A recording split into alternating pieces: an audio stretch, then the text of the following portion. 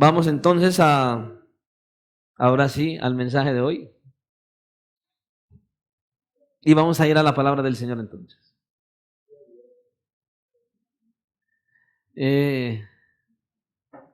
Primera de Juan, capítulo 3.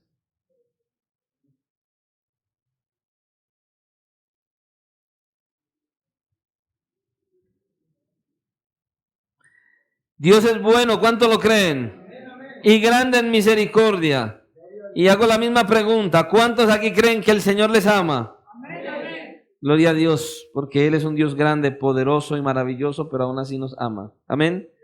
Primera de Juan, capítulo 3, leemos los versículos del 1 al 3 y leemos la palabra del Señor en el nombre del Padre, del Hijo y con la dirección de su santo, glorioso y maravilloso Espíritu que está en la iglesia. Dios Padre, Hijo y Espíritu Santo sea la gloria. Y como iglesia decimos amén. Y dice la palabra del Señor de la siguiente manera: mirad cuál amor nos ha dado el Padre para que seamos llamados hijos de Dios. Por esto el mundo no nos conoce porque no le conoció a Él. Amados, ahora somos hijos de Dios y aún no se ha manifestado lo que hemos de ser.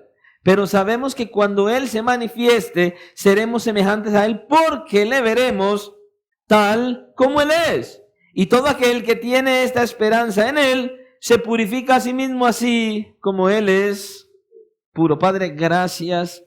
Muchas gracias te damos en esta hora una vez más por tu bondad, tu fidelidad y tu misericordia, por traernos de nuevo a este lugar, por darnos esta oportunidad y este privilegio de estar reunidos delante de tu presencia, de estar aquí una vez más, Señor, congregados, alabando, exaltando, glorificando tu nombre por medio de cantos, ministrándonos unos a otros y, Señor, recibiendo tu palabra. Creemos que tu presencia está en este lugar. Creemos que eres tú quien viene a hablar a la iglesia en esta hora. Creemos que estamos trasladados al reino de los cielos en la presencia misma del Dios vivo y verdadero. Así que, Señor, con todo esto claro, necesitamos pedirte, suplicarte que nos des sabiduría y discernimiento para entender lo que nos quieres hablar, que sea para nuestro beneficio, para nuestro crecimiento, pero para que al final tu nombre sea exaltado y glorificado. Hoy, Señor, todo esto te lo pedimos en el nombre de tu amado Hijo, nuestro precioso Salvador Jesucristo, para tu gloria. Amén y amén. Puede tomar asiento. Vamos entonces a compartir o a tocar la segunda parte del mensaje que comenzamos el jueves anterior, que lleva como título el gran amor de Dios por sus hijos. El gran amor de Dios por sus hijos. En el mensaje anterior nosotros estuvimos diciendo que en esta porción de la Escritura nosotros encontramos una palabra clave y 3 preguntas y ya respondimos la primera. O sea que hoy vamos a estar respondiendo las otras 2 preguntas restantes. Dijimos que la frase clave era... ¿Quiénes vinieron? ¿Era qué? El amor de Dios. Oiga, ¿solo uno se acordó? Oiga, ¿sabe qué me parece a mí extraño en la iglesia? Ustedes parecen como niños de escuela. Sí, cuando uno está en la escuela, el maestro pregunta algo y todos saben y todo el mundo es... esperando a que otro diga, no, en la iglesia tenemos que tener libertad. Y si me equivoco, pues me equivoqué. Pero en la iglesia hay que tener libertad. El amor de Dios es la palabra clave y las preguntas son estas. ¿Qué somos hoy y cómo llegamos a ser lo que somos? ¿Qué seremos mañana y cómo lo sabremos? ¿Cómo deberíamos vivir en el transcurso del tiempo dado lo que somos y lo que llegaremos a ser? Y dijimos que la respuesta a la primera pregunta es que si has venido a Cristo en arrepentimiento y fe genuinamente, te has arrepentido, has pedido perdón por tus pecados al Señor y lo has hecho a Él tu Señor y Salvador, entonces no eres cualquier cosa, eres hijo de Dios. Mucha gente no valora el peso que es ser hijo de Dios. Para muchos es tan sencillo decir soy hijo de Dios y lo tienen como cuando se toman una sopa. Hermano, esto es algo en lo cual usted debe gloriarse, debe alegrarse, usted debe sentirse más que gozoso, usted debe sentirse más que orgulloso, privilegiado, ser un hijo de Dios teniendo en cuenta que éramos malos, perversos, que íbamos camino a la condenación y que Dios en su gracia soberana dice, te voy a quitar toda esa basura, ese pecado, esa maldad y ahora te limpio, te he visto de nuevo, plenamente blanco, todo lo malo que hiciste desde el día de nacer hasta el día que viniste en arrepentimiento y fe, lo voy a arrojar al fondo de la mar y no lo voy a tener en cuenta más. Y ahora eres mi hijo. Eso tiene que ser un privilegio y un gozo en la iglesia de Cristo. Tiene que llenarnos de gozo, pero para muchos es, no soy hijo de Dios. Como si fuera algo muy natural y muy normal. No, escuche, ser hijo de Dios es algo sobrenatural, es algo majestuoso. Es más, no sé ni cómo decirlo, porque es tan grandioso que nosotros deberíamos estar constantemente diciendo, Señor, gloria a tu nombre porque me hiciste tu hijo siendo merecedor del infierno. Usted sabe cuánta gente el día del juicio va a terminar en el infierno, en la condenación, mientras que usted va a estar gozoso y diciendo, gracias mi Cristo por tu muerte y por tu sangre, que no voy a ese lugar. Por ser hijos de Dios. Hermano, aquí es donde tenemos que valorar que somos sus hijos. Por pura gracia. Por pura gracia. No nos lo ganamos, ni lo merecíamos. Él lo hizo porque quiso. Solo porque quiso. Y no para que usted venga y se siente en un culto y escuche una predicación del pastor y... Señor, anótame una. No, así no funciona.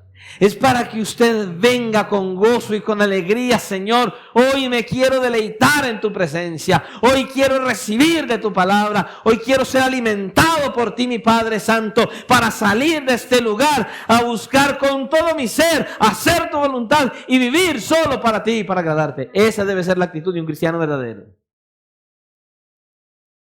¿Somos hijos de Dios entonces? ¿Y cómo es que llegamos a ser hijos de Dios? Dijimos que de tres maneras. De tres maneras llegamos a ser parte de la familia de Dios. La primera es biológicamente, o sea, cuando usted y yo en una familia, o sea, de manera natural, uno nace de una mujer, ¿cierto? De la misma manera con el Señor, porque Él es nuestro creador, Él es nuestro hacedor. En segundo lugar, de manera legal, cuando uno adopta a un hijo y lo adopta y le da todos los privilegios que tiene el hijo legal, legítimo. Asimismo, Dios nos ha adoptado a nosotros como sus hijos y tenemos todos los privilegios y tenemos todos los derechos que tiene su hijo legítimo, que es Cristo.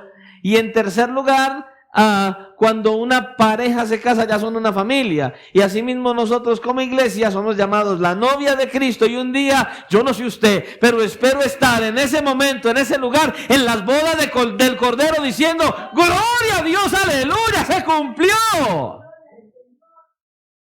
Qué glorioso ese momento, hermano. De estas tres maneras es que nosotros llegamos a ser parte de la familia de Dios. Entonces, somos hijos de Dios y llegamos a ser lo que somos, o sea, hijos de Dios, de estas tres maneras que acabamos de hablar.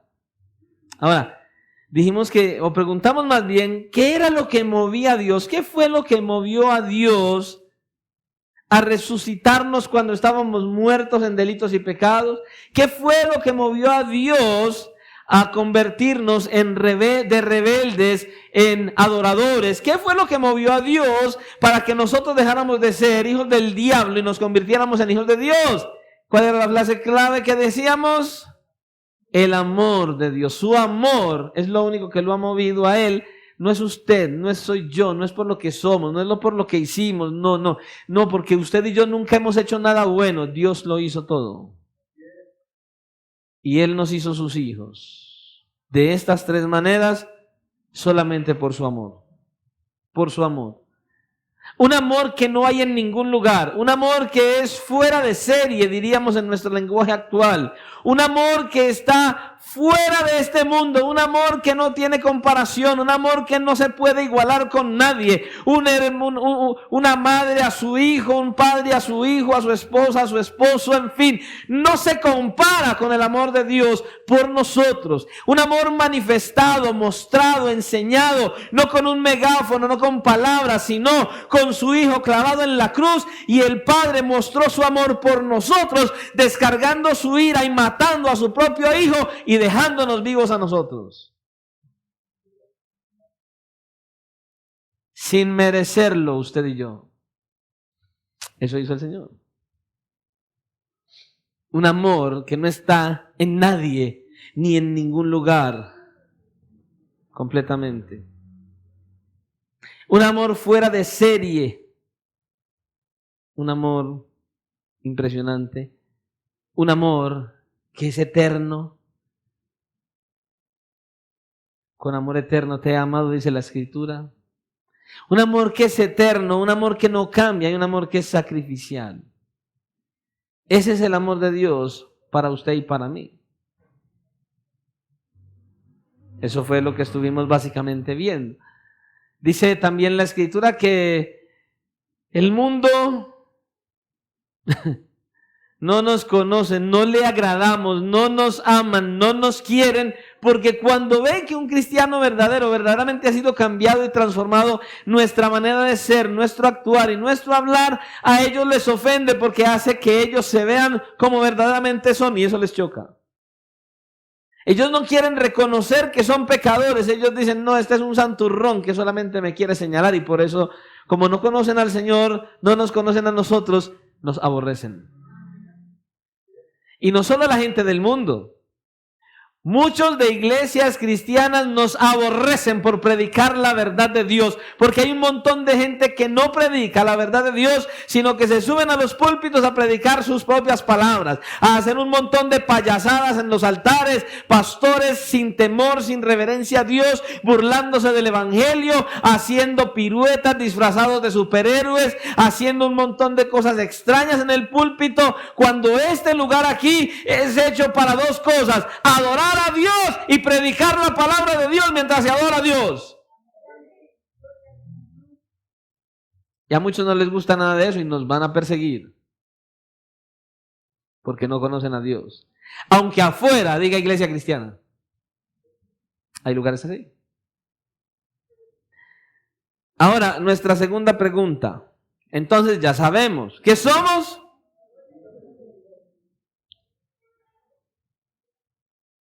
y llegamos a ser hijos de Dios porque Dios es nuestro procreador, nos adoptó, y porque estaremos un día en las bodas del Cordero, porque su amor es eterno, no cambia y es sacrificial. Y la segunda pregunta es, ¿y entonces qué seremos mañana? Si hoy somos hijos de Dios, ¿qué seremos mañana y cómo lo sabremos?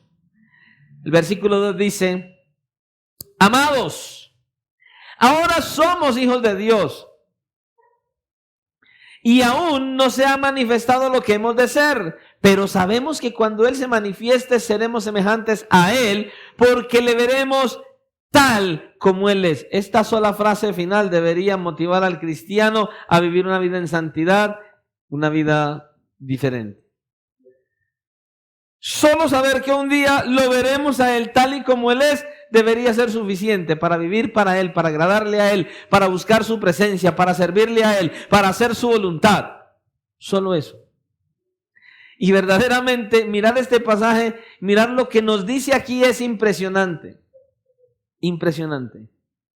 Es impresionante, es extraordinariamente impresionante, porque antes de venir a Cristo, antes de ser cambiados y transformados por Él, yo era un rebelde. Con mi propia causa, la mía. Era un rebelde. Era un rebelde porque aborrecía a Dios con todas las fibras de mi corazón. Primero me proclamé ateo. Después dije que Dios sí existía, pero que no era el Dios que yo esperaba que fuera, y empecé a aborrecer a Dios con todo lo que yo era. Por más de 20 años, peleando contra Dios. Y una de las cosas que yo pude ver cuando el Señor me trajo y me convirtió es que durante más de 20 años yo estaba odiando a Dios, aborreciendo a Dios, haciendo todo lo malo, todo lo que Dios aborrecía. Y mientras yo hacía todo eso, Dios me estaba amando. Él amándome a mí, yo aborreciéndole a Él. Por eso le digo que usted y yo ahora estemos en Cristo es un milagro, es algo sobrenatural. ¿Por qué? Porque mientras que usted y yo aborrecíamos lo bueno, aborrecíamos a Dios, Él nos estaba amando a nosotros. ¿Te puedes dar cuenta de eso?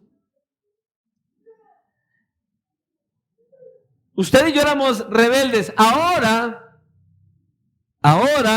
ya no somos rebeldes, somos medio rebeldes. Pero somos hijos de Dios. Sí, en serio, es que todavía no se ha manifestado lo que hemos de ser. Entonces dejamos ya de ser rebeldes y ahora somos medio rebeldes.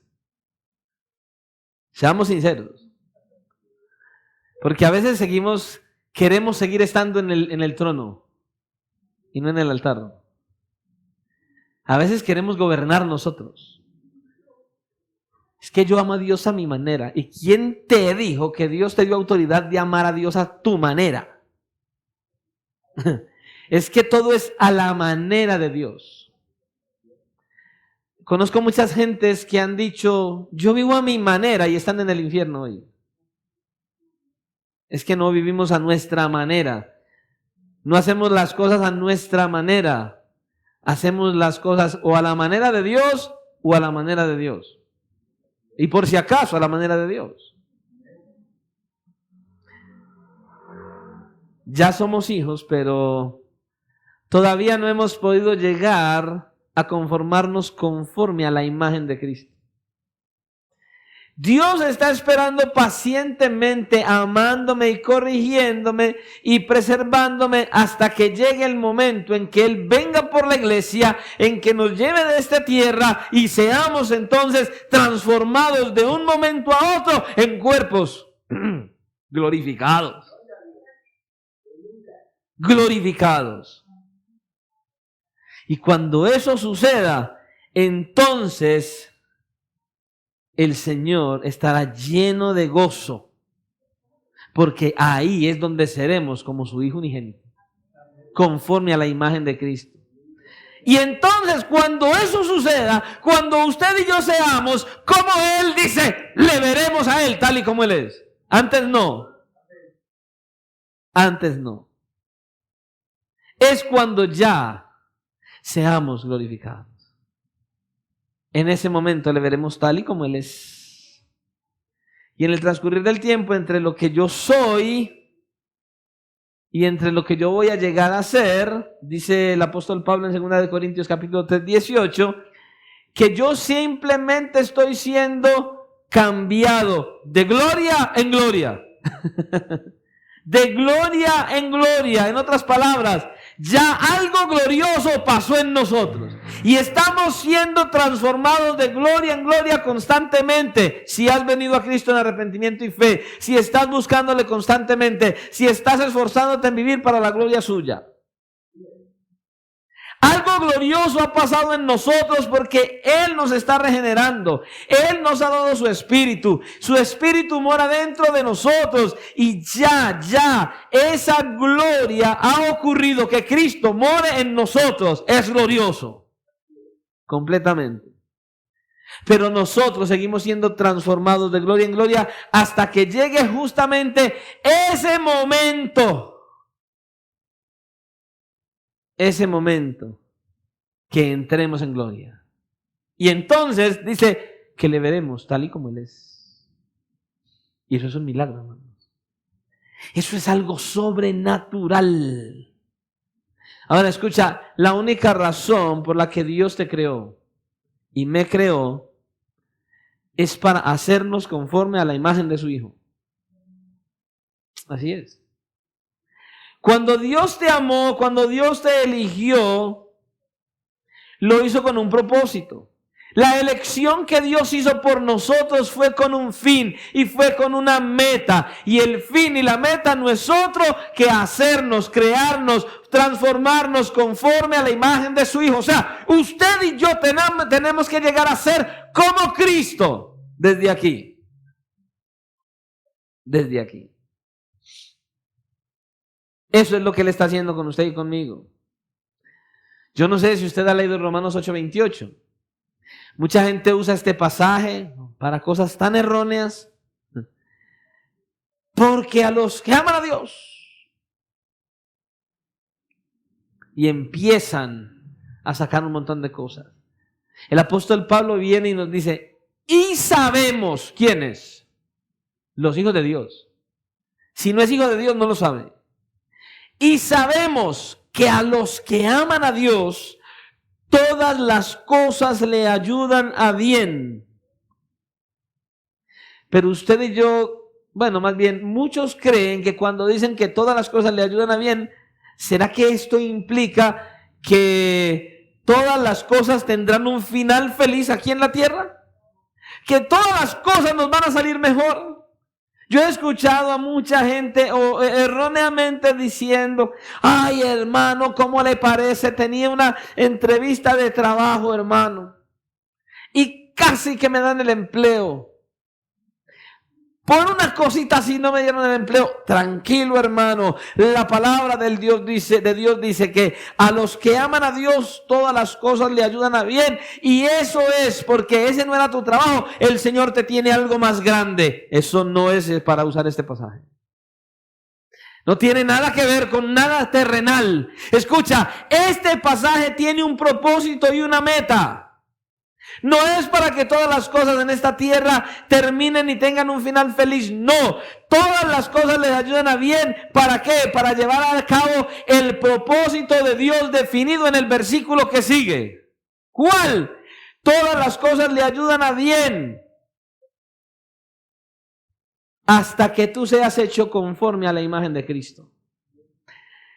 Versículo 29 de Romanos 8 dice, porque a los que antes conoció también los predestinó para que fuesen hechos conforme a la imagen de su Hijo, para que Él sea el primogénito entre muchos hermanos.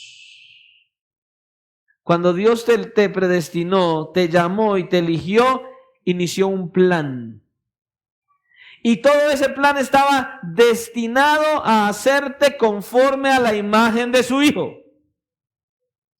Por eso es que lo mejor, o lo que mejor glorifica a Dios, y lo que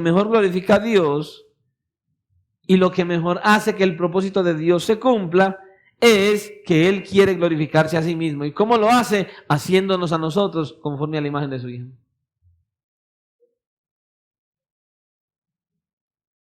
Glorificar a Dios, nosotros glorificar a Dios es que la gente que nos vea hable bien del Dios al que nosotros seguimos y servimos. Cuando usted da mal testimonio, usted no está glorificando a Dios. Bueno, ¿y nosotros cómo sabremos lo que vamos a hacer? Lo que llegaremos a hacer. ¿Qué es la garantía de que eso va a ser así? La garantía es que Dios mismo lo dijo. Y le está diciendo que va a ser así. Que seremos conforme a la imagen de su Hijo. O como dice en Números 23:19 y en otras porciones de la Escritura. Dios no es hombre. ¿Para qué? Para que mienta, ni hijo de hombre para que se arrepienta. Escucha, la única forma de que usted y yo no lleguemos a ser lo que Dios quiere que seamos es que Dios se arrepienta, y Él no se va a arrepentir porque Él ya lo dijo y Él ya lo prometió. La única forma sería de que que Dios cambie su manera de pensar, y Dios no va a cambiar su manera de pensar. La única manera de que usted y yo no lleguemos a ser lo que hemos de ser es que alguien frustre los planes de Dios, y no hay nadie en este universo lo suficientemente poderoso para frustrar los planes de Dios. ¡Nadie! Entonces, nada en lo absoluto hará que esto no se cumpla. Juan dice en nuestro texto que usted y yo seremos como Él, y así será si eres hijo. Así será. Ahora mismo, en este momento, los que hemos venido a Cristo en arrepentimiento y fe somos sus hijos. Pero, ¿sabe qué? En ocasiones, yo no sé usted, pero yo en ocasiones me siento como Pablo. No sé si usted ha leído Romanos capítulo 7. En muchas ocasiones uno se siente como Pablo, que quiero hacer algo y resulto haciendo otra cosa. Y lo que no quiero hacer, resulto haciéndolo. Es tremendo. Y uno llega, al menos yo he llegado a pensar como Pablo, ¿quién me librará de este cuerpo de muerte? Cuando yo sea como Él. Cuando usted sea como Él, será librado de ese cuerpo de muerte. Cuando seamos como Él. Y escuche, ya usted y yo no tendremos que pecar cuando eso suceda. Jamás de los jamases vamos a pecar. Jamás volveremos a ofender a nuestro Padre. Jamás tendremos que decir, lo que quiero hacer no lo hago y lo que no quiero hacer termino haciendo. Ya eso nunca va a pasar. ¿Por qué? Porque habremos sido librados de la esclavitud, de la presencia misma del pecado en nuestras vidas y en el universo. Completamente. Porque somos como Él. Y es por eso que Pablo quería que recordáramos que este cuerpo es un cuerpo de muerte que un día tiene que ser sepultado. ¿Para qué? Para que cuando ese cuerpo sea sepultado porque morimos, un día sea resucitado como un cuerpo glorificado, transformado y renovado para estar por la eternidad en la presencia gloriosa de nuestro Salvador. Así es. Este cuerpo se va a llevar a la tumba. Será consumido. Pero escuche, va a ser resucitado como cuerpo incorruptible, sabiendo que se sepultó un cuerpo corruptible. Plenamente. Y en ese momento entonces seremos como Él. Cuando seamos resucitados para la gloria de Dios. Y cuando eso suceda, le veremos como Él es. Tal cual. En vivo y en directo, palpable, y si la Escritura lo dice, así será. Yo soy muy empeliculado, hermano. Yo tengo una imaginación de película. Yo me imagino, no sé cómo será, no tengo la más mínima idea, pero solo me imagino ese momento en el cual yo pueda cerrar los ojos aquí, abrirlos allá, y que tenga ese cuerpo glorificado, y yo pueda verlo a Él ahí con sus brazos abiertos, diciendo, buen siervo y fiel, entra en el gozo de su Señor. Y no me va a importar eso, solo verlo, solo mirarlo, solo apreciarlo, ver su grandeza, su hermosura, su santidad y decir, gracias Cristo. No me puedo imaginar ese instante. Hermano, usted se puede imaginar verlo a Él ahí, frente a usted, tal y como Él es. No como fue, como es. En toda su esencia y santidad, a nuestro glorioso Salvador. Eso es lo que nos tiene que motivar aquí en esta tierra a vivir para Él, a agradarle a Él, porque le veremos, estará ahí. Y si esto lo dice la Biblia, así será, yo lo creo. Por eso hay que caminar conforme a su voluntad. Y todo eso por el incomparable amor que tiene para sus hijos. Por eso decíamos el jueves, ¿cómo es posible que cristianos se debiliten y se desanimen? ¿Cómo es posible que venga el desánimo y el desgano cuando tenemos delante de nosotros una promesa como esta? Vas a verle tal y como Él es. Esto tiene que romper cualquier cosa y motivarnos a seguir caminando para su gloria. ¿De qué país, de qué universo, de qué galaxia es este amor de Dios? Por Dios, de ninguno. Porque el amor de Dios no es de ningún lugar, es de un solo ser, de una persona, de un solo rey. Y ese rey se llama Dios, Cristo mismo. Él es el único.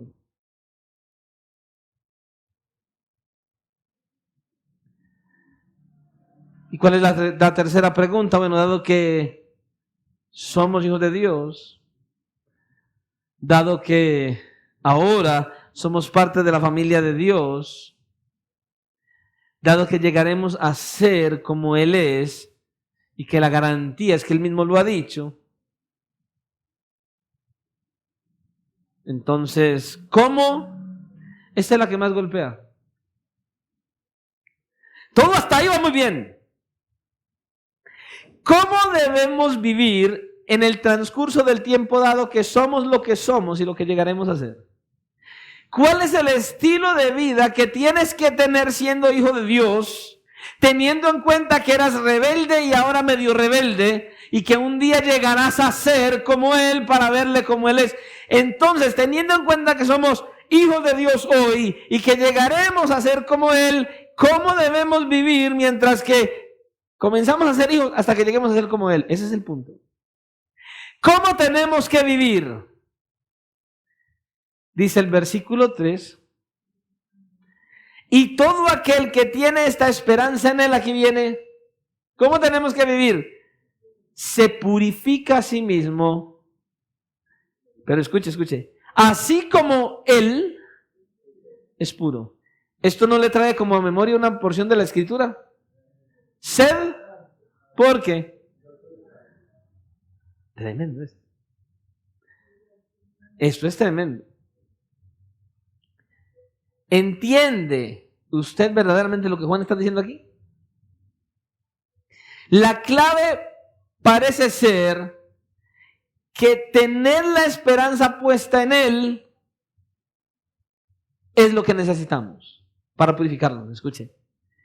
Lo que usted y yo necesitamos, primero, para vivir en esa pureza, es tener nuestra esperanza puesta en Él.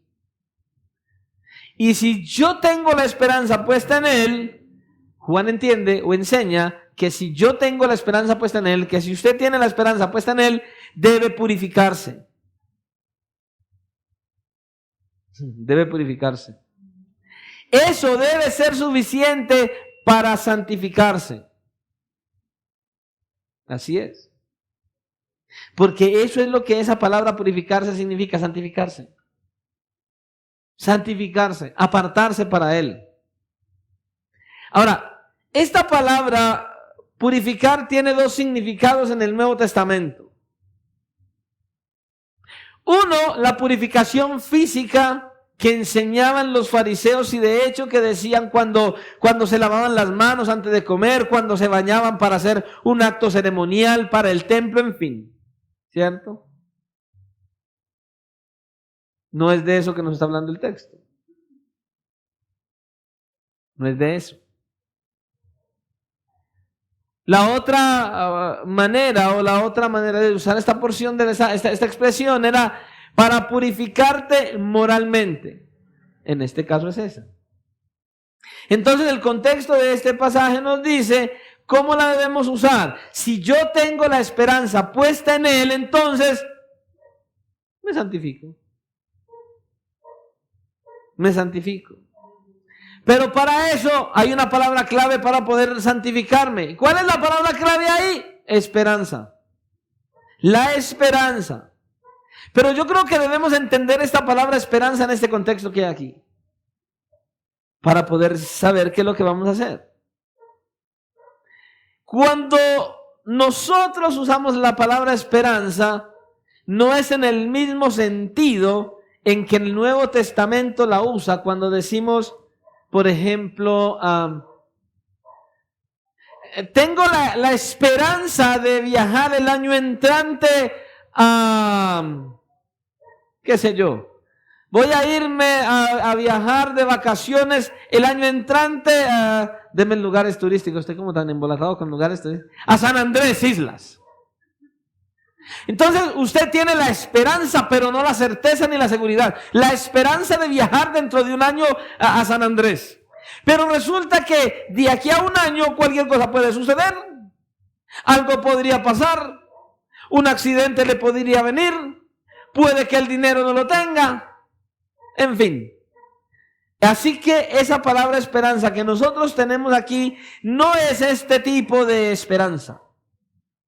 Porque cuando tenemos esta esperanza, la realidad es que lo hacemos con cierto sentido de duda porque no hay seguridad para poderlo hacer.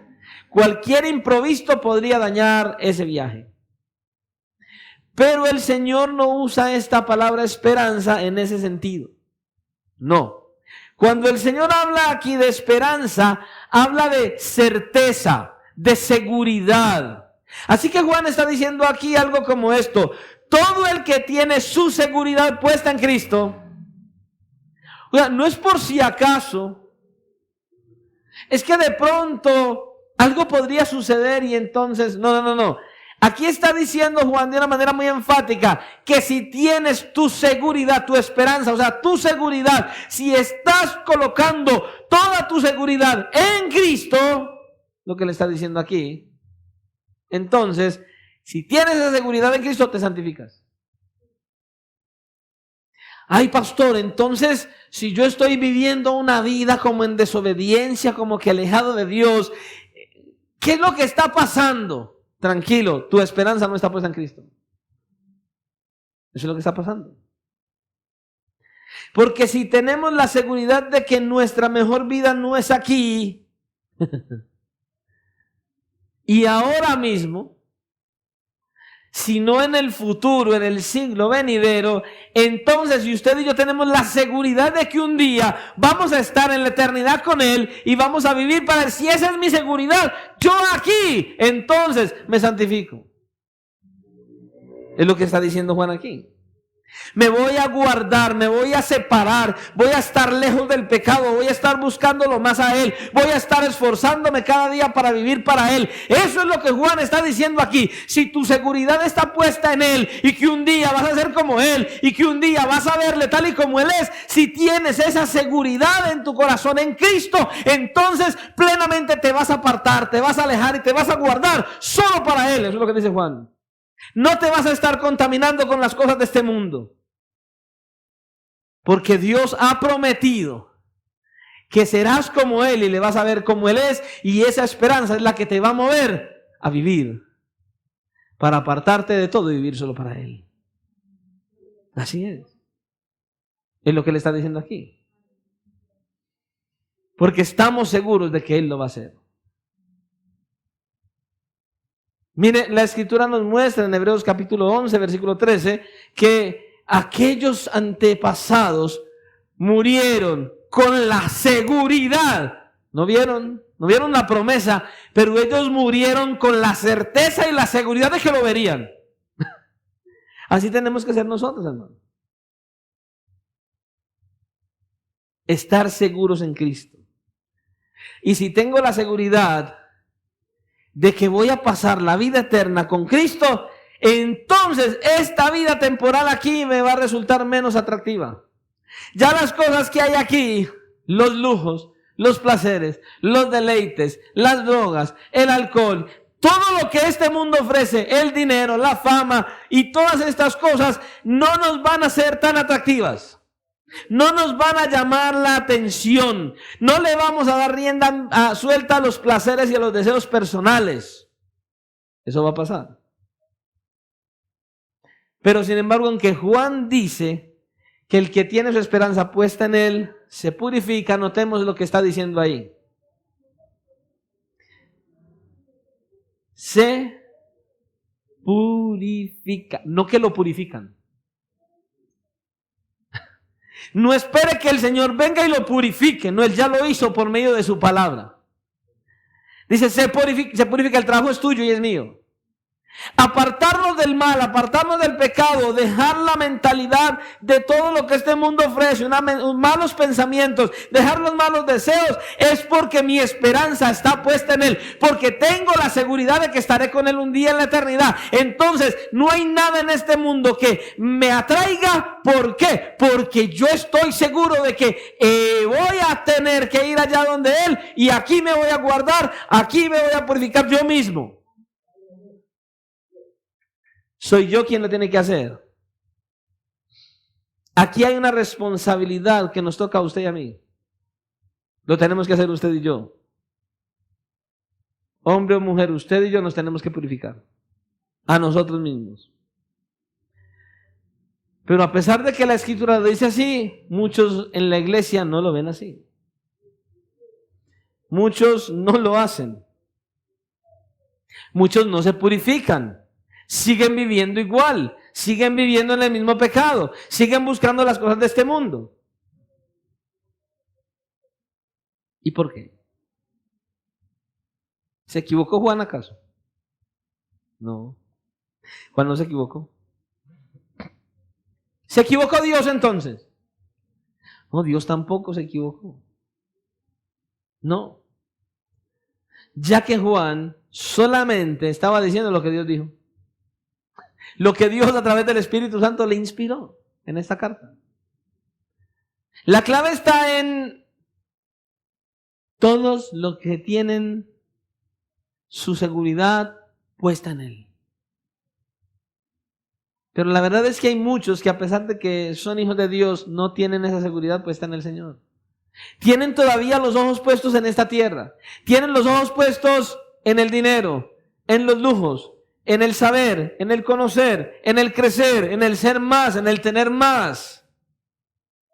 Tienen los ojos puestos en la esposa, en el esposo, en los hijos, en su empleo. Tienen los ojos puestos en todo, pero su seguridad no está puesta en Él. Está puesta en todo lo que puede hacer aquí. Entonces, si mi matrimonio va bien y mis hijos van bien, yo voy en viento en popa con Cristo. Si tengo un buen empleo y tengo buenos ingresos, gloria a Dios, aleluya. Si voy a la casa y abro la nevera y está llena de todo, gloria a Dios. Si mis hijos tienen salud y yo tengo salud, gloria a Dios. Pero si todo eso escasea, hermano, Dios le bendiga, hermano, Dios le bendiga. Bendígame esto. Cuando todo está bien, hermano, Dios le bendiga, pastor. ¿Cómo está mi hermano? Bendición y victoria. Y cuando viene la escasez, cuando vienen todas estas cosas, ¿cómo estás, mi hermano? Ya ni hablan. Porque su esperanza, su seguridad está puesta en su alrededor, en lo que hay a su alrededor, en lo que gira a su alrededor, en las circunstancias. No. Hay que estar con toda nuestra esperanza, nuestra seguridad puesta en Cristo y en que estaremos con Él en la eternidad. Ahí está. Nuestros propósitos no son los que deben primar, sino los propósitos de Dios. Los propósitos de Dios. Si no son los propósitos de Dios, esté tranquilo. Usted no está con su esperanza puesta en el Señor. No está, man. No la está. Cuando tus esperanzas o tu seguridad está puesta en las circunstancias, en lo que hay a tu alrededor, entonces terminarás arrastrado por esas cosas. Porque yo tenía mi seguridad puesta de este lado de la eternidad y no del lado de allá de la eternidad. Mire, hermano, yo tengo una base. Si usted viene a Cristo es para disfrutar su vida en Cristo. Si usted decide casarse es porque quiere disfrutar su matrimonio. Si hay algo aberrante, si hay algo decepcionante, si hay algo a mí personalmente que me aburra, que me desconcierte y que me desconsuele, es tener una relación matrimonial de rutina, de pleitos o de pasarla mal. No. Yo de manera personal anhelo y deseo desde mi matrimonio a todo lo que yo haga que sea un disfrute. Yo decía estos días atrás, que yo de manera personal, yo no soy de irme de vacaciones. Muchos pastores lo hacen. Gloria a Dios, ellos pueden hacerlo. Yo podría hacerlo, pero no puedo hacerlo. Porque yo no me veo a mí mismo en un lugar de vacaciones, mientras que hay tanta necesidad de llevar el evangelio y de seguir edificando la iglesia. No me veo de vacaciones. Porque eso significaría que para mí el evangelio y la iglesia es un trabajo. Y para mí el evangelio, la iglesia, es un trabajo deleitoso que no quiero dejar de hacer. Hay veces que yo quisiera ser como el Señor, estar en todas partes a la vez. En serio. Y poder hacer la obra. Hermano, el cristiano verdadero, ese que ha entendido qué significa ser hijo de Dios, ese que verdaderamente disfruta su vida cristiana y disfruta todo lo que tiene, escucha, no somos masoquistas, pero aún en el dolor y en las dificultades debemos deleitarnos en el Señor. Y debemos buscar deleitarnos en todo. Mire, yo de manera personal, no soy partícipe de una relación de amistad, de noviazgo, de matrimonio o en Cristo que yo tenga que estar como con cara larga. No. Dios nos ha llamado a deleitarnos y disfrutar lo que Él nos da. Lo que Él nos da. Los que tienen su seguridad puesta en Cristo, terminamos ¿qué? Santificándonos. Apartándonos de todo aquello que nos contamine para estar en una verdadera relación con Dios. Le voy a ser sincero. Durante todo este tiempo, meditando en este pasaje, yo le preguntaba al Señor, Señor, ¿por qué aquellos de tus hijos, aquellos que ya llamaste y que son tus hijos, que son hijos, ¿por qué ellos no tienen su seguridad puesta en ti y se dejan arrastrar de tantas cosas? Bueno, el Señor comenzó a hablar a mi corazón y a iluminar mi mente y me llevó a meditar en lo siguiente. Me traía el Señor esta pregunta. ¿Cuándo has visto a un muy buen amigo defraudar a otro buen amigo? Amigos verdaderos, no estoy hablando de esas amistades que parecen amigos pero que al final no lo son. No. Cuando un muy buen amigo defrauda a otro muy buen amigo, cuando hay dos personas que son muy buenos amigos verdaderamente, ¿sabes cómo sabes que no era tu amigo cuando te engaña? Sí, así es. Pero ¿cuándo un muy buen amigo va a defraudar a otro buen amigo? ¿Cuándo lo va a traicionar? ¿Y por qué? Pues porque esos dos amigos han hecho algo muy particular. Han cultivado una relación. Y una relación cultivada no es fácil de violentar. Por eso es que muchos matrimonios hoy no funcionan. Por eso es que muchos noviazgos no funcionan. Por eso es que muchas relaciones interpersonales no funcionan. ¿Por qué? Porque no cultivan una relación. Hoy en día hay matrimonios que no tienen relación, solo viven juntos. Hay matrimonios que solo viven juntos y están en una casa, pero no tienen una relación. Escucha, si no hay una relación, un matrimonio no funciona. Si no hay una relación, una relación familiar no sirve. Las amistades no van a funcionar si no hay una relación. Y hoy en día hay mucha gente viviendo juntos, pero no hay relación. Por eso es que hoy está tan deteriorada la iglesia de Cristo y los matrimonios en la iglesia de Cristo, porque no tienen relación. No están cultivando una relación. Esposos que lo único que hacen es atacarse el uno al otro, que lo único que hacen es mirar lo malo el uno del otro, que lo único que hacen es discutir por una cosa y por la otra. Eso no es relación. Es un campo de batalla. ¿Y por qué hacen eso?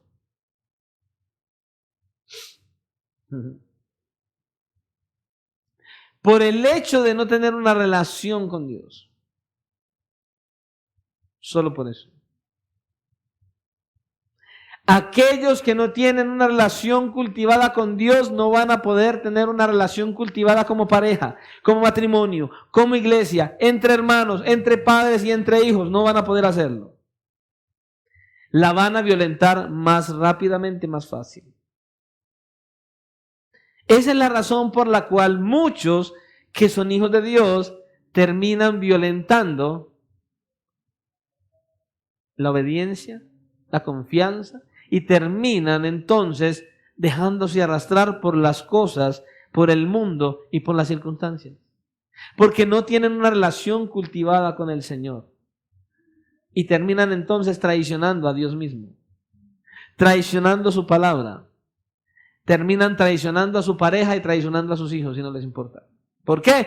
Porque no tienen una relación cultivada con Dios. ¿Y cómo se relaciona todo esto? Que el que tiene la esperanza puesta en Él se purifica. En que la victoria contra el pecado no se gana luchando en mis propias fuerzas. No. Yo me purifico a mí mismo y me esfuerzo en hacerlo, pero no puedo hacerlo en mis propias fuerzas. Aunque es mi responsabilidad. No es tratando de vencer el pecado en mis propias fuerzas. Ese pecado que parece inconquistable, no, es que yo quiero dejar esto y no puedo, y es que yo quiero dejar esto y no puedo, y es que yo lucho con esto y no puedo, y no vas a poder, a menos que verdaderamente entiendas lo que la Escritura enseña. A menos de que tengas una verdadera relación con Dios. Es la verdadera relación, una relación que tengas con Dios. A menos de que cultives una verdadera relación con Dios, no vas a poder vencer el pecado que está en tu vida. No vas a poder, ni el pastor tampoco. Si el pastor no tiene una verdadera relación con Dios, no puede vencer nada. Es nuestra relación con Él. Y hay muchos en la iglesia, vienen a la iglesia, cantan en la iglesia, sirven en la iglesia, se sientan en las sillas y no tienen relación con Dios, pero vienen a la iglesia. Es nuestra relación con Dios lo que hace la diferencia. Una relación genuina y cultivada con Él. En las últimas palabras del Señor Jesucristo a sus discípulos, unas horas antes de morir, no hay un plan de cómo ganar la batalla contra el pecado. No hay un plan de cómo ganar la guerra espiritual. Lo que hay es una instrucción a una sola cosa. Y el Señor lo repite varias veces. ¿Sabe qué dice? Permanecer en la religión. Permanecer en la iglesia. Él dice, permanecer en mí. Hay que estar en Cristo, hay que permanecer en Él. Estar en Cristo y permanecer en Él. Continuamente en Él. Porque Él dice, permaneced en mí y yo en vosotros. Es de la única manera. Es una relación. Es una relación cuando permaneces en mí, dice el Señor. Empiezas a deleitarte en mí.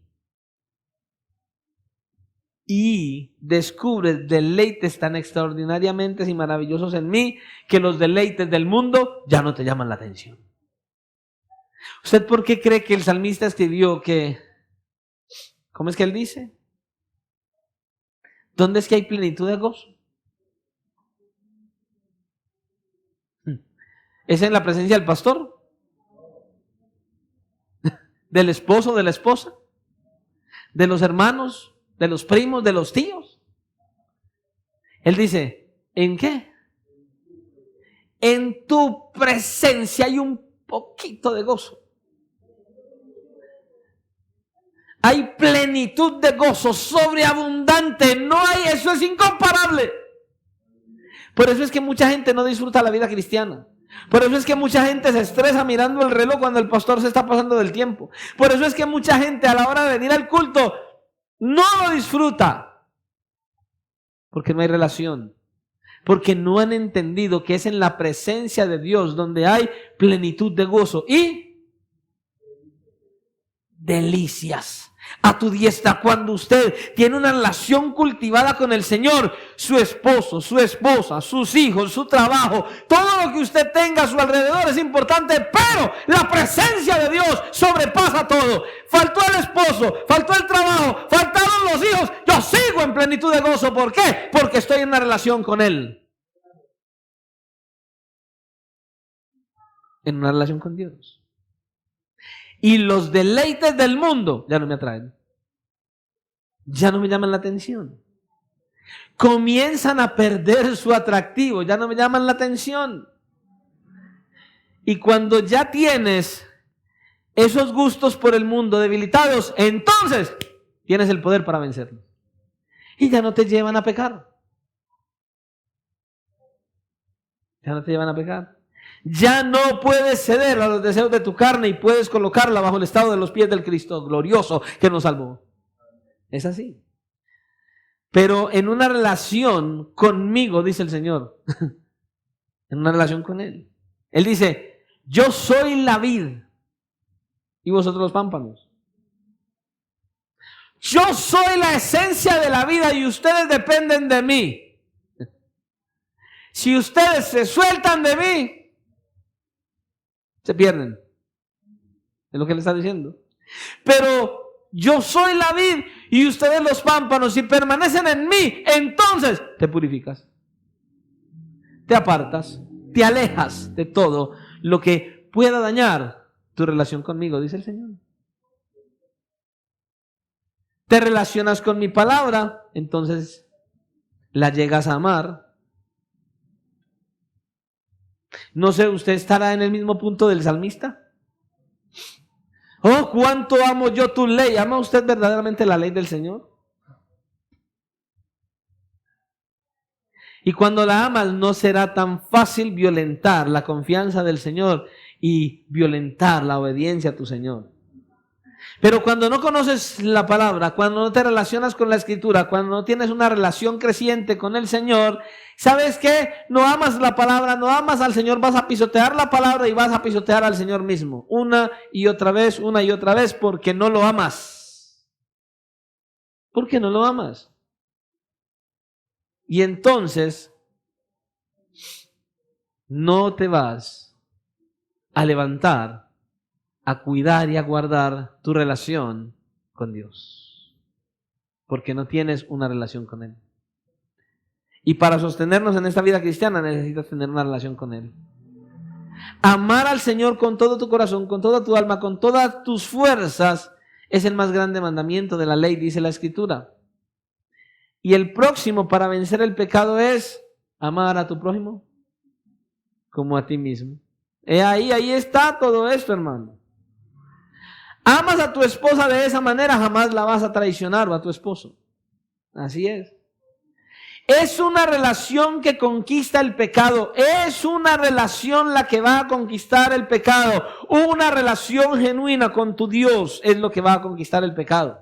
Porque así vas a tener una relación con tu Dios de tal manera que te llegue a tener una verdadera relación con tu prójimo. Y tu prójimo es tu esposo, tu esposa, tu hermano, tu hermana y hasta los que no son hermanos y hermanas.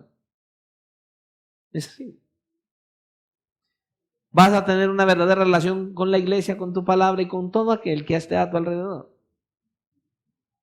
Y cuando tienes una verdadera relación con Dios, no te será fácil violentar esa relación. ¿Por qué pecamos? ¿Por qué fallamos? ¿Por qué vivimos como vivimos? ¿Por qué estamos en desobediencia? ¿Por qué no podemos dejar esto? ¿Por qué esto? ¿Y por qué esto? ¿Y por qué? ¿Por qué? Porque no tienes una verdadera relación con Dios. La vida cristiana no es sentarse en la iglesia. La vida cristiana no es solo cantar canciones. La vida cristiana no es solo leer la Biblia. La vida cristiana es tener una relación de amor con un Dios que te ama y que te dice, con amor eterno te he amado.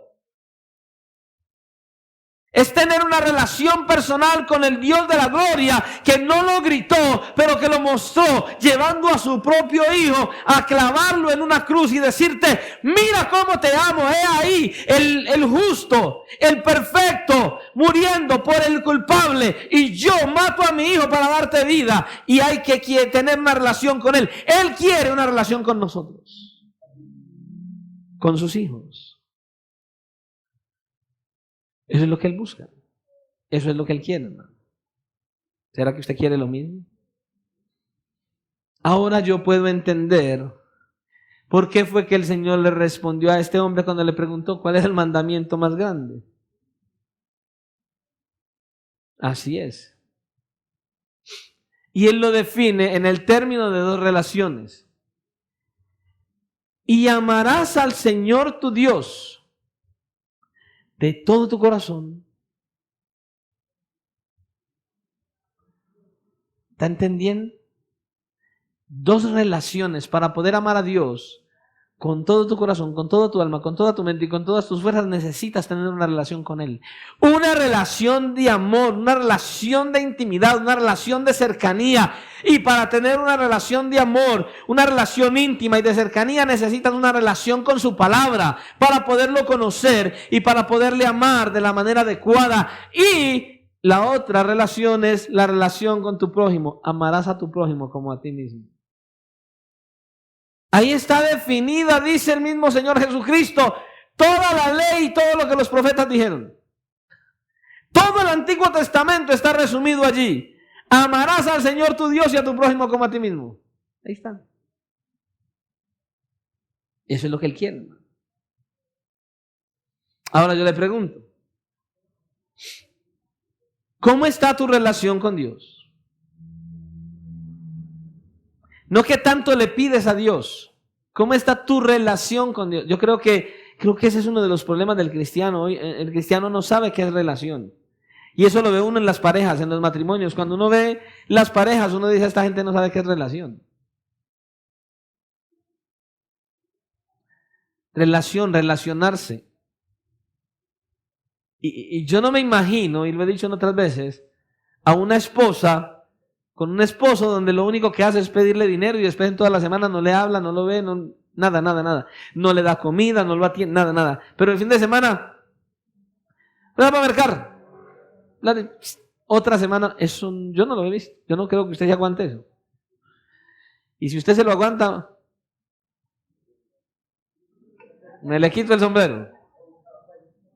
Sí, total. Porque eso no es una relación.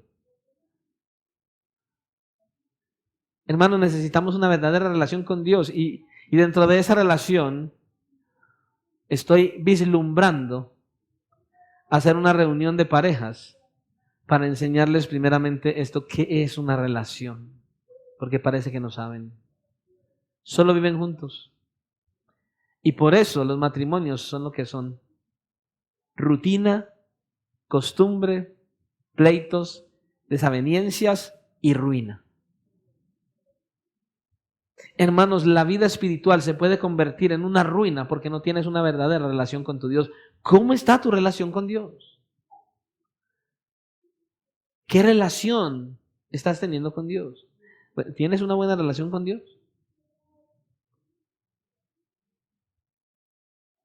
Y a causa de esa relación con Dios que tienes, sea como sea, ¿te deleitas en Él y en su obra? Escucha, si hay otras cosas más en las que te deleites y que te deleitan más que el Señor, es porque verdaderamente tu deleite no es el Señor y tu relación con Él no es la mejor. ¿Sí? Si hay otras cosas que te llamen más la atención es porque tu relación con Dios es pobre.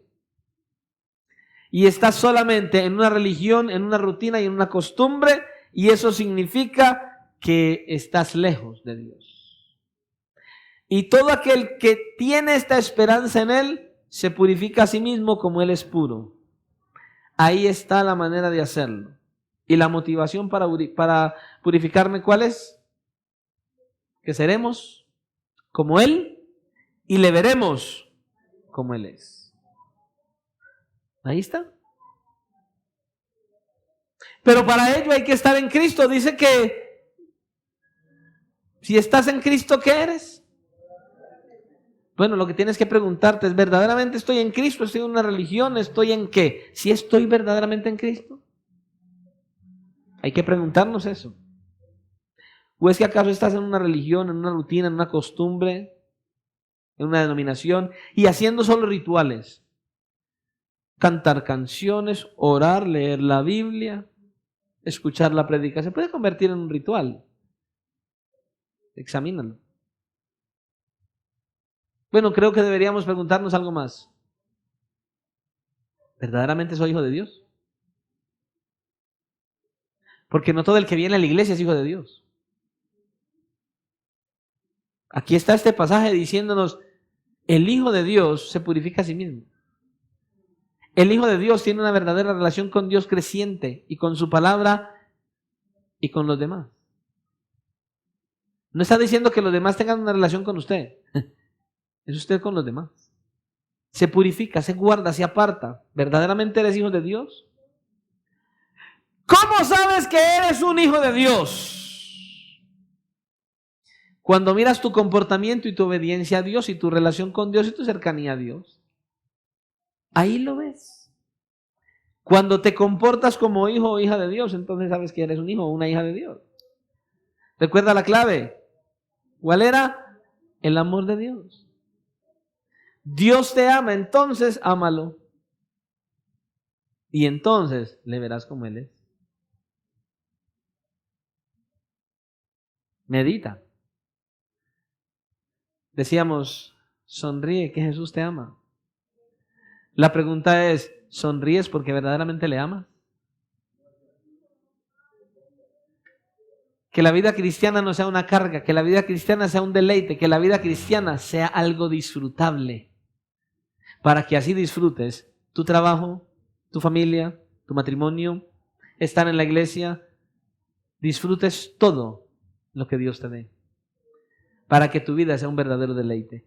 Pero si no tienes una relación creciente con tu Dios, no vas a poder disfrutar ni de Dios, ni deleitarte en Dios, ni en ninguna otra cosa que agrade a Dios, sino en los deleites de este mundo. Hermanos, que el Señor nos ayude a pensar, a meditar en esto y a buscar esa verdadera relación con Él. Personas que no conocen a Dios, no lo conocen y no tienen relación con Él. Pero personas que no han conocido aún al Señor, el Señor les llama para que vengan a Él en arrepentimiento y fe, para que le conozcan y puedan verdaderamente ser hijos de Dios y disfrutar y deleitarse en ese Dios. Que el Señor nos ayude a todos, hermanos, a meditar en esto y a buscar una cercanía más constante y más continua con ese Dios glorioso que dice que nos ama, porque nos amó con amor eterno y nos amará con el mismo amor eterno porque Él es eterno y nosotros estaremos en la eternidad con Él. Oremos al Señor para que Él nos dé todo lo necesario para seguir adelante. Señor y Dios y Padre de la gloria, gracias una vez más por tu palabra, por el mensaje que traes, por lo que nos has hablado en esta hora, Señor y Dios. Te rogamos entonces que sigas obrando en nuestras vidas, que sigas cambiando, transformando, renovando nuestra manera de pensar.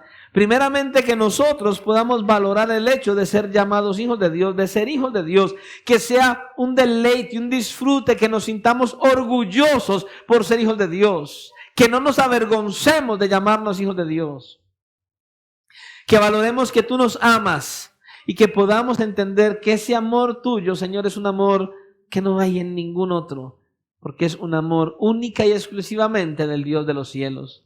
Ayúdanos, Señor y Dios, a entender que somos tus hijos y que no lo merecíamos y ahora lo somos. Que nosotros, Señor, nosotros llegaremos a ser como tú y te veremos tal y como eres. Y que mientras eso sucede debemos vivir una vida cristiana, en una relación, una cercanía, en una vivencia en santidad, apartándonos del pecado, de la maldad, solo para agradarte a ti, Señor. Ayúdanos a entenderlo, ayúdanos a llevarlo a la práctica, ayúdanos, oh Dios de los cielos, verdaderamente a buscar tu rostro, tu gloria, tu presencia, para que entonces el deleite del mundo disminuya en nosotros y el deleite por ti y tu obra crezca y aumente, y entonces podamos vivir una vida cristiana agradable a ti, en santidad, en entrega y dedicación, y así podamos ser instrumentos en tus manos para que otros te conozcan y vivan para tu gloria.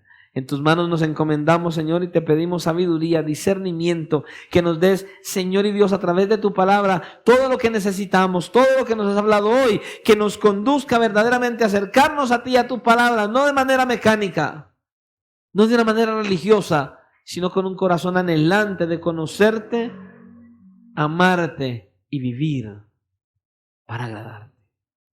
Todo esto te lo pedimos en esta hora, Señor, y te damos gracias por tu fidelidad, por tu misericordia y por este tiempo. Y ahora, Señor, que hemos de salir de este lugar, yo te ruego que bendigas a todos y cada uno de los que has traído a este lugar, que bendigas a todos y cada uno de los que puedan escuchar este mensaje, Señor y Dios, cuando nos vean o escuchen esta porción de la Escritura predicada.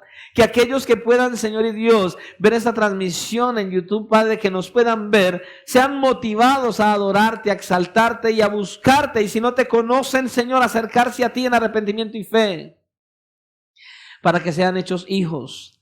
Y te rogamos, Señor, que todos nosotros, esta semana que comienza hoy, empecemos a vivirla, Señor y Dios, en esa seguridad y esperanza de que un día seremos como eres y que te veremos tal y como eres. Ayúdanos, Señor, que esta semana sea una semana más en bendición y en victoria. Bendice a todos y cada uno de mis hermanos y hermanas y llévalos de tu mano a que esta sea una semana más en bendición y en tu victoria, que estemos preparados porque Cristo viene. Y si vienes, Señor, o nos llamas a tu presencia o nos llamas en el momento de morir, podamos ir hacia ti y estar en la eternidad contigo. Pero ayúdanos a estar preparados porque te lo pedimos en el nombre de Cristo. Y te damos gracias. Amén y amén.